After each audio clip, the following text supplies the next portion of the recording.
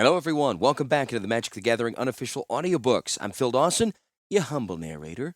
And yes, after a short delay, we're back, but I'm not sure we're going to get this done before I head back to the States. We're on chapter 21 of 26, so 5 more chapters to go. That's usually a little over a month's worth of time that I got to put into this, so we'll see. Anyway, I have to give a shout out to our newest patrons, Michael and Evan. Michael is a content human. Hello, welcome. Evan as a content goblin.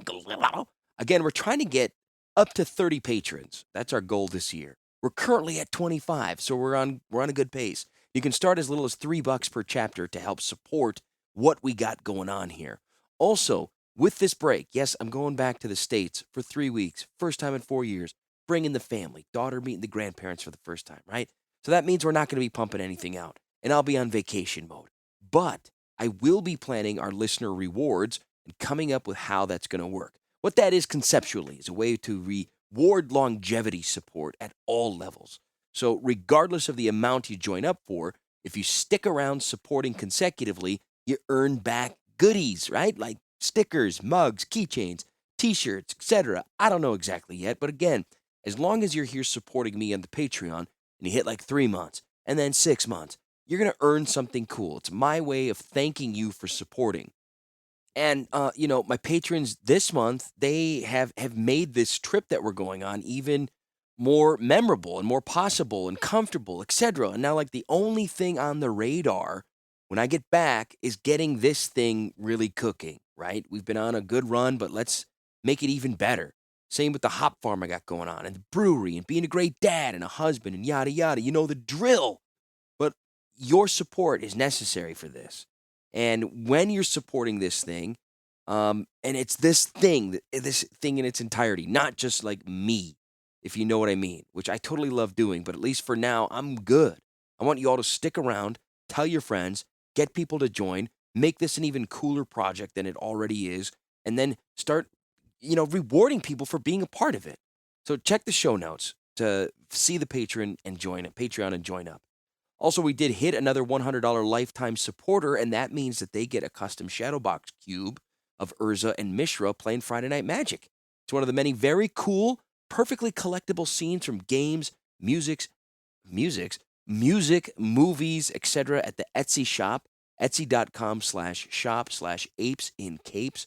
We have a deal where if you want to buy one of the custom Shadowbox cubes, you can get 10% off your order by plugging in the code MAGIC at checkout. I think we're still looking for the first one to use that code. So if you use it, let me know.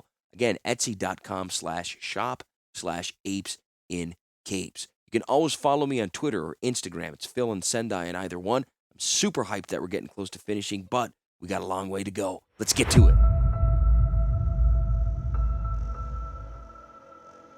Book 3, Natural Selection. 4013, 4149. AR. Life must endure. Urza said that to me once. As usual, there's just enough truth in it to suit the Planeswalker's purpose. What he failed to recognize is that life will endure, often despite the best or worst intentions of individuals, no matter how powerful. Baron, Master Mage of Tolaria.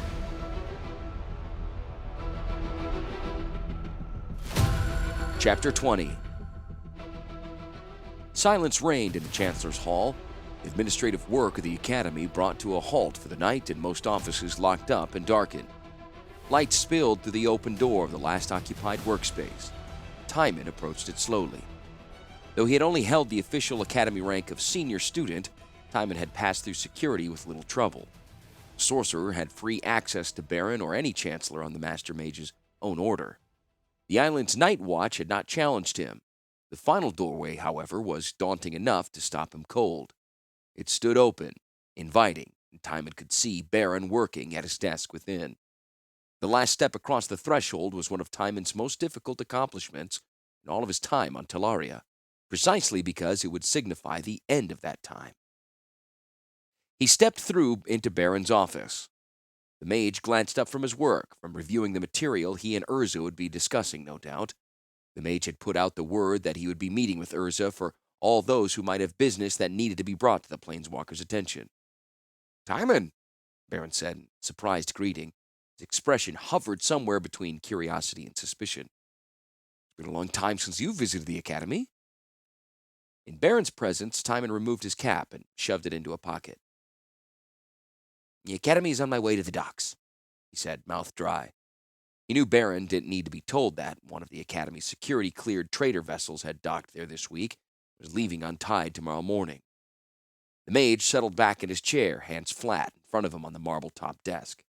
He studied Timon with guarded green eyes. I see, he said. You want papers for leaving Tolaria? He said. It wasn't a question. What about your students, your fellow exiles? The colony refuge will sustain itself without me. But my own studies, he trailed off. How much did Baron know about the work he had done for Urza? Most of it, apparently. Baron rose and offered the sorcerer his hand. Your work these last 3 years has been of extreme importance and help, Timon. Your refinements to the empathy magics couldn't have been accomplished by anyone else. Tolaria's master mage nodded slowly. You certain you cannot be persuaded to stay?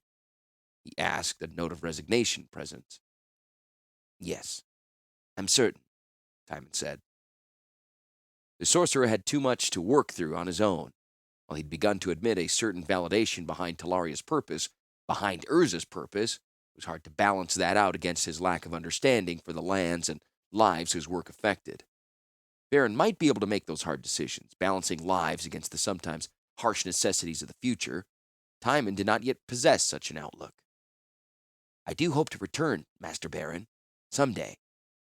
But I've gone as far as I can with the legacy in Tolaria. He smiled, a sad smile. As far as I can for now.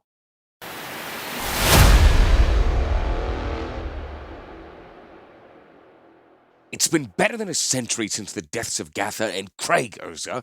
Still, the Keldons haven't fully recovered. The mage shook his head.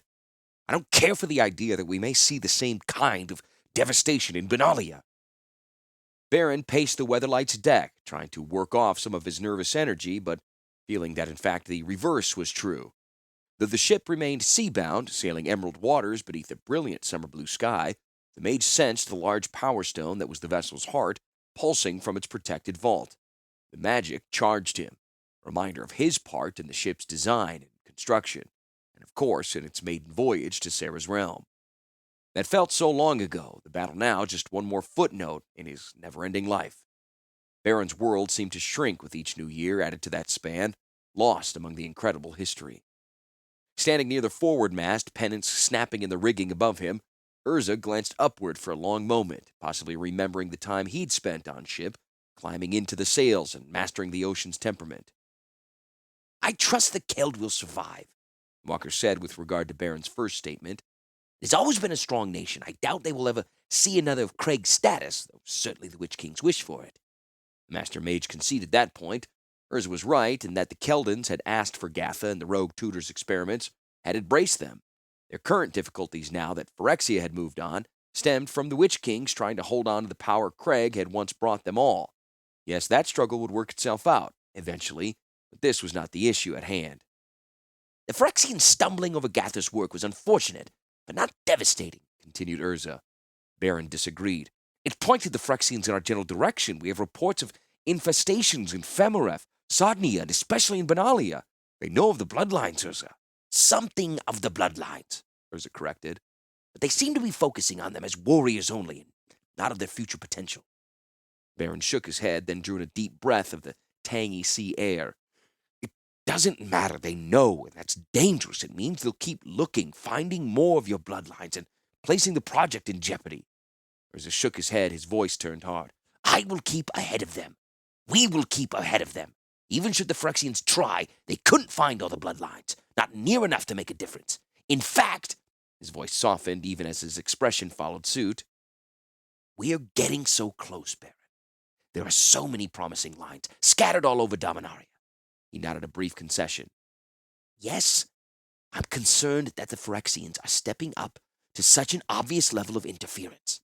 The invasion may not be far off, but I still need at least 6 generations.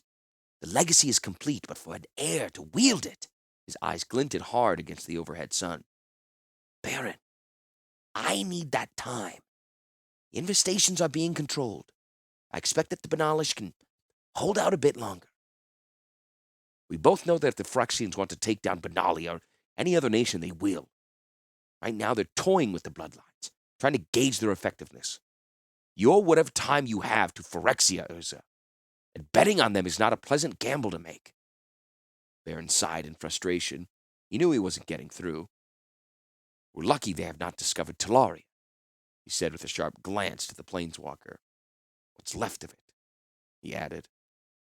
The island was no longer holding up well to the centuries of mining and farming and general use by so many people. Gatha kept that from them, Urza said softly, ignoring the latter remark. To the end, he was a loyal student. Baron could not allow that to go by unchallenged. Loyal? If he were loyal, he never would have left Tolaria. His work was a beacon to Phyrexia. Never should have allowed it to continue. Urza slashed the air before him with a knife-edged hand, a human gesture of frustration, certainly chosen from the memory of his physical life and used now only to influence Baron. It had to continue. I needed the insight of his generations to accomplish sooner what might have taken me centuries in trial and error. I don't always have the answers, Baron, and we don't have the time it would take me to find them myself. His ears warm with rebuke, the world swam in Baron's vision as one particular turn of phrase stuck within his mind and set his hackles rising. The insight of Gatha's generation. An eerie, prickling sensation crawled up Baron's spine and spread over his scalp, squeezing in at his brain, which throbbed in painful response against his temples. Not possible, he finally said, voice hoarse with doubt. You gave me the information on the Bloodlines. Gatha was nowhere among them, and he's too old. The mask frozen over Urza's face admitted to Baron that the Planeswalker had indeed given something away he hadn't meant to. His entire form an illusion of energy patterns, Urza could look as he wished. Gestures and expressions were entirely affectations he assumed for dealing with mortals. He simulated emotional responses as it suited him, most often pre-planned to generate the effect he wanted. Caught unaware or in the grip of intense concentration, those were the first signs to slip away. I gave you the information on all continuing bloodlines, not every single bloodline subject. Gatha's not too old. Human mannerisms returned, and Urza allowed himself a small sigh of concession. I began my first experimentation outside Tolaria not long after we discovered the Mana Rig and Shiv, when I knew the Weatherlight would fly several decades before bringing the legacy and bloodlines to your attention. There was an uneasy pause, and then Urza continued. I told you then that I had taken matters as far as I could alone. The mage performed some quick math. 30 years. Just enough to raise one generation and breed the next. Subjects that, if left unchecked, might have bred thousands, even millions of descendants by now. Of course, theory never matched reality, but it was still staggering to contemplate. So you haven't kept track? He asked. The walker shook his head. No need. These were prior to our official Bloodlines program, and the procedures were imperfect. I also relied on a heavier mix of Thran blood in the Matrix. Most of those early lines sickened, and I allowed them to simply breed my work back out.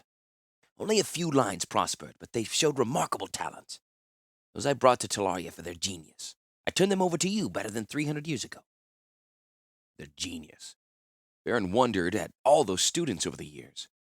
Not Joyra and Teferi, they fell outside a proper time frame. Gatha for certain. And how many others? How many remained in his classrooms and labs? In his life? Baron looked at the Planeswalker. He remembered Urza's words spoken so long ago. I certainly would not have chosen any other mate for you. He locked gazes with the true immortal, but Urza simply looked on, curiously now, which meant either he had no idea as to the question so close to Baron's lips, or was not about to volunteer the information.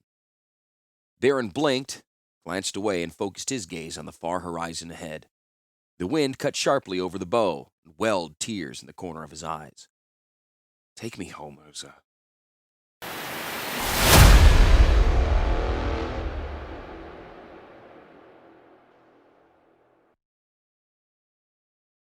It was a waking dream, a nightmare, actually. It was a clockwork world, a series of them, one shell world nestled around the next one. The ticking and grinding of gears sounded always at the edge of one's hearing, deep and pervasive as it threw the barest tremor into the ground. The air filled with the scent of hot metal and fresh oil, scents which Rain knew well from her life as an artificer. Rain fought the vivid images, trying to clear her mind and concentrate on her work. A gyroscope belonging to a mechanical dervish rested in the clamps before her, held to a comfortable height such that she could inspect it while sitting on a workshop chair. She leaned in again, checking the wear and searching for tolerance deviations. Her gauge trembled in her slender fingers, and her wrist shook just enough to continuously spoil the focusing power of her wrist-mounted glass.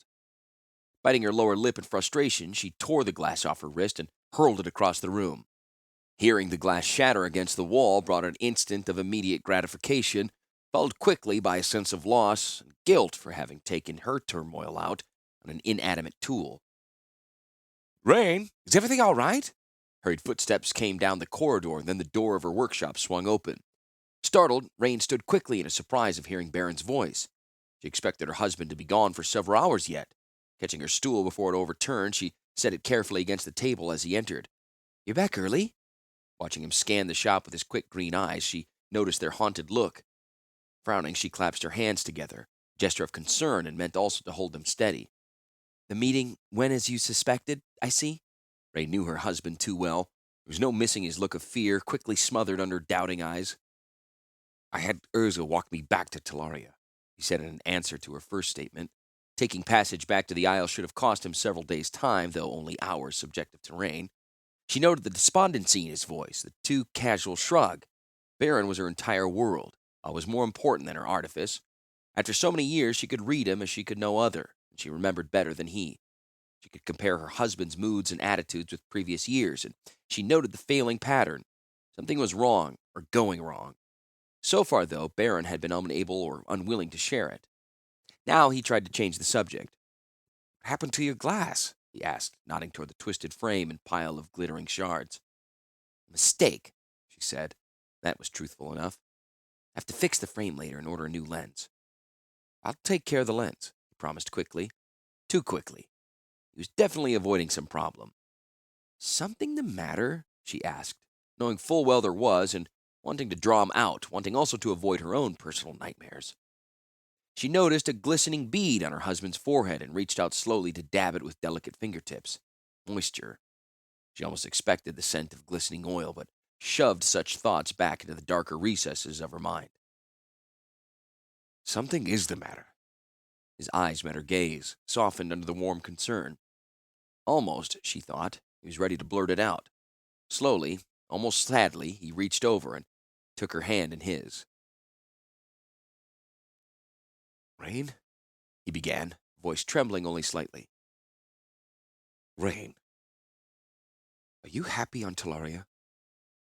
An odd question, deserving perhaps an inconclusive answer. "I think I've been getting too close to my work," she said openly, her voice tight with the tension, but feeling some of the strain draining away by speaking of it. "It does not hold the same allure it once did. Not since—" She trailed off, uncertain. "The negator?" Baron asked, finishing the sentence. He asked it as a question, but something more rode his voice. She nodded, feeling better for the admission. "Silly, I know, but we've been at this for so long," her words caught as Baron winced. "What is it, Baron?" The question was insistent, this time worried. She couldn't remember seeing her husband so concerned, so vulnerable, that was the word. His fire was missing. Was the rock-solid strength that had guided the Academy for over 6 centuries of relative time finally eroding under natural stress and the very unnatural pressures of dealing with Urza Planeswalker?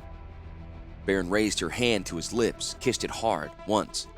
"It's not important." He called up a smile, tight and humorless, but there nonetheless. "You're right.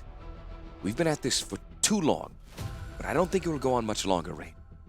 Tolaria can't hold up forever. Urza's plans are near fruition. The enemy grows bolder. Something's going to give, soon. And we can take a hard look at where the Academy is and what we want to do." He nodded. Then, the smile sparked briefly in the corners of his bright eyes. "It's not important," he said again. Wanting to trust her husband and believe in a brighter future that could arrive out of its own accord, Rain almost believed the lie.